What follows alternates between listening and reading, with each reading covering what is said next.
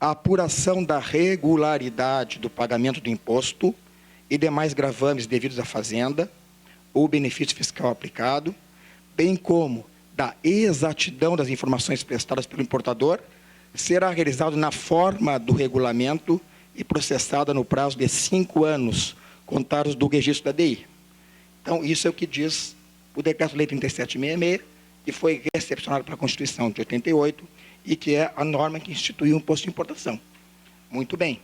Então, com base nessa consideração, temos um acórdão recente aqui do CARF, no seguinte sentido.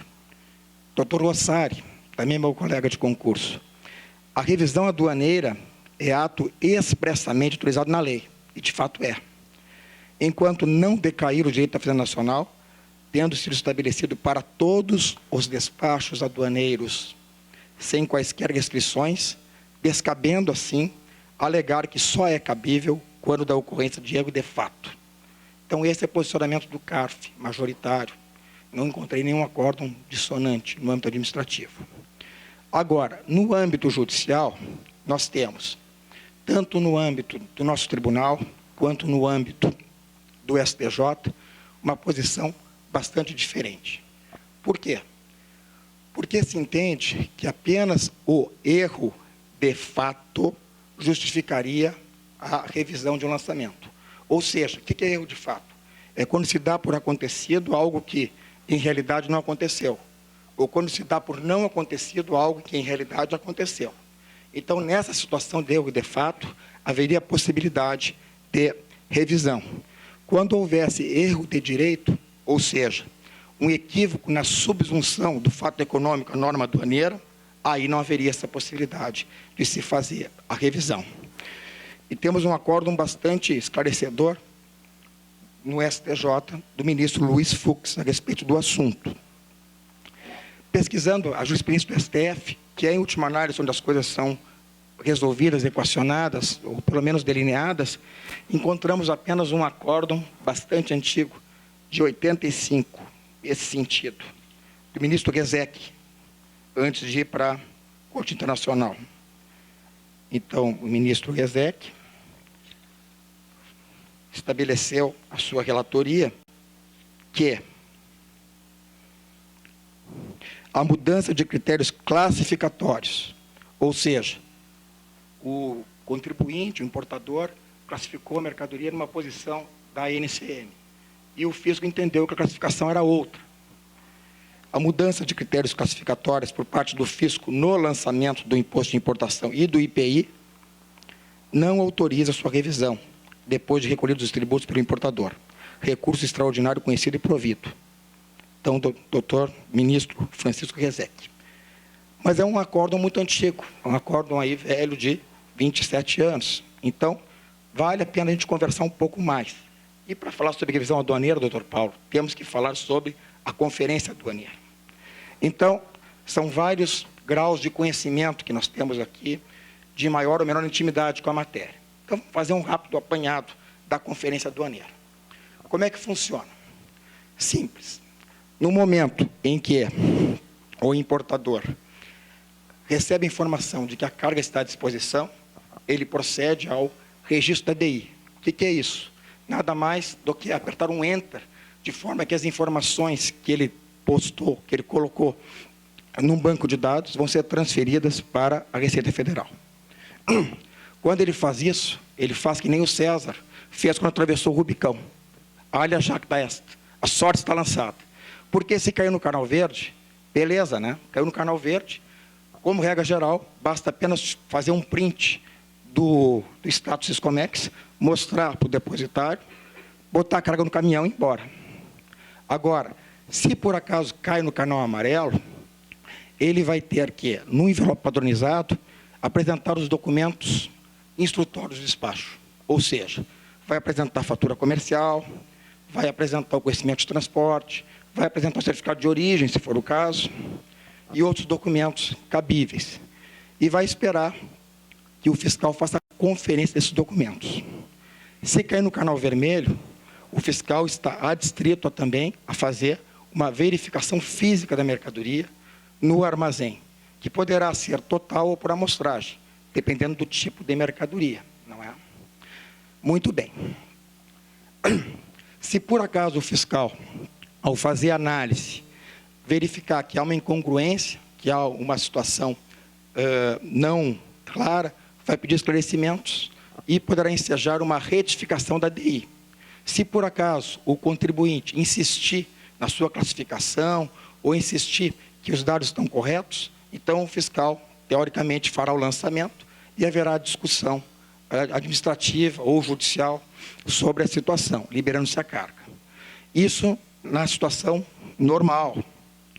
Acontece que, no momento em que se faz a classificação, quem faz a classificação é o importador, o que acontece? Naquele momento, quando ele classifica, os impostos que estão atrelados àquela posição são automaticamente debitados. E se por acaso cair no canal verde, por exemplo, passando 5 anos, haverá a homologação tácita daquele lançamento. E aí não vai poder mais se discutir. Como foi conversado aqui, 80% da carga é canal verde. Então, obviamente, meus amigos, nós temos que ter revisão em zona secundária. Zona secundária, todos sabem, não é? É a zona que não é contígua a portos e aeroportos e nem zona de fronteira. É todo o território nacional. Nós temos que ter essa revisão em zona secundária, porque, como foi dito aqui, não é? Direito aduaneiro não é só tributação. Direito aduaneiro é proteção a nosso bem-estar, em última análise, porque envolve questões de consumidor, de meio ambiente, de saúde, de segurança, etc., etc. Então, é importantíssimo que haja essa revisão. Mas como se pode fazer essa revisão sem que se atinja a segurança jurídica? Porque nós temos que proteger a confiança também do importador, dos agentes econômicos. Então, eu tenho algumas conclusões aqui a fazer sobre o assunto e depois vamos fazer uma... Quanto tempo que eu tenho, doutor Paulo? E depois nós vamos fazer uma análise de um acordo do nosso tribunal. Bom,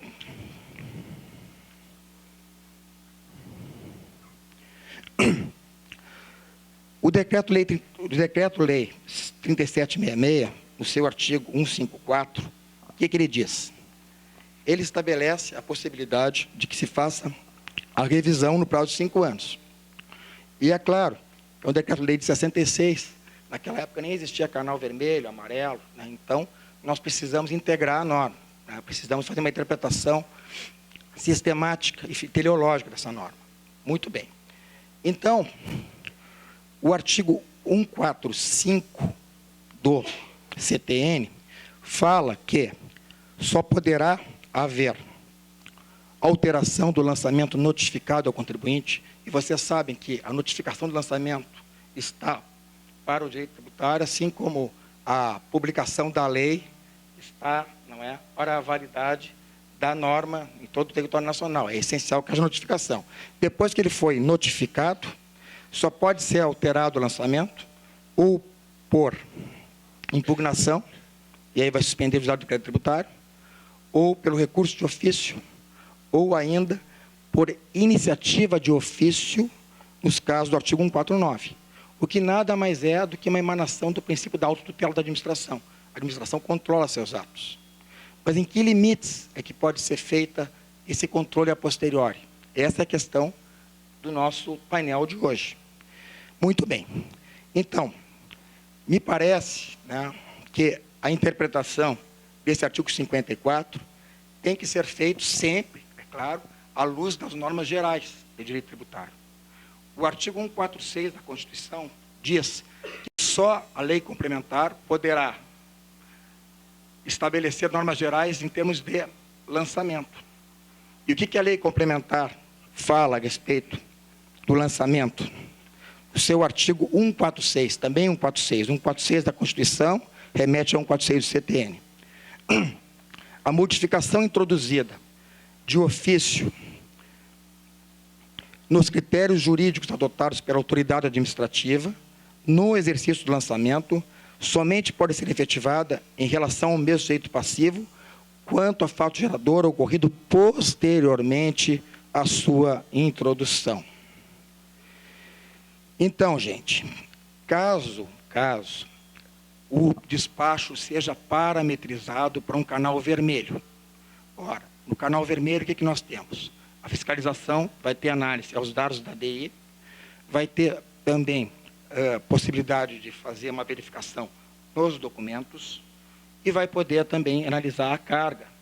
Então, todos os elementos, doutor Paulo, do mundo fenomênico vão estar sob apreciação do fiscal. Ele tem os documentos, a DI e a carga. Nesse caso, não é? Me parece que, como regra geral, se ele referendar aquela classificação e, portanto, o lançamento que foi feito pelo próprio importador, aí, não é? Ele vai se pronunciar de forma definitiva no âmbito administrativo. Porque, se nós pensássemos de forma diferente, nós iríamos sempre sujeitar o contribuinte a uma espada de Damocles. Não é? É claro que se houver erro crasso, se houver fraude, aí sim, o próprio artigo 149, a gente vai ver em seguida, possibilita que haja. Agora, imagine uma situação, aproveitando que o doutor Bernardo está aqui também, no âmbito da sua superintendência, da 10ª, há um entendimento a respeito da classificação. E, com base nesse entendimento, a fiscalização referenda a classificação feita pelo contribuinte. No âmbito da 9ª, né, aqui Santa Catarina e Paraná, há um outro entendimento. E depois, quando se faz a consolidação em Brasília do entendimento, o posicionamento mais gravoso da 9ª acaba prevalecendo. Imagina se a gente vai sujeitar todos os contribuintes, né, àquele posicionamento novo, mais gravoso, se não houve fraude, nem erro crasso por parte da fiscalização. Fica realmente complicado do ponto de vista da proteção da confiança. E hoje em dia nós temos que pensar na pacificação das relações sociais e deixar um pouco menos conturbada essa relação, dentro do possível, entre o fisco e o contribuinte. Então, por uma questão de segurança jurídica, paz social, proteção à confiança, nesse caso, quando cai no canal vermelho, me parece que a interpretação a ser feita, por base no artigo 146, o artigo 100 do CTN, é no sentido de que não poderia revisar. Agora, se cai no canal verde, ou no canal amarelo, bom, nesse caso, o fiscal não tem uma visão abrangente de todo o mundo fenomênico. Então, ele não vai conseguir fazer a positivação do direito de uma maneira definitiva. Aplica-se aí o artigo 149, 8 do CTN, que estabelece assim: o lançamento é revisto de ofício pela autoridade administrativa quando deva ser apreciado fato não conhecido ou não provado por ocasião do lançamento anterior. Ora, se caiu no canal amarelo, provavelmente o fiscal não olhou a carga. E a carga é um elemento factual de suma importância para o desembaraço. Então, certamente, a revisão aduaneira, em zona secundária, vai poder analisar esse lançamento. Se caiu no canal verde, com mais razão ainda, vai poder ser feita também essa análise. Não é mesmo porque, como o senhor falou, 80% dos despachos são remetidos para o canal verde. Isso não quer dizer que no canal vermelho nunca se possa fazer a revisão. Aliás, nunca e sempre são palavras complicadas em direito, né? Por quê? Porque o próprio artigo 1499 estabelece, não é, que quando se comprove que no lançamento anterior ocorreu fraude ou falta funcional da autoridade que o efetuou, poderá ser revisto o lançamento. Também poderá ser revisto omissão, e aqui está a cláusula escapatória, omissão pela mesma autoridade de ato ou formalidade especial.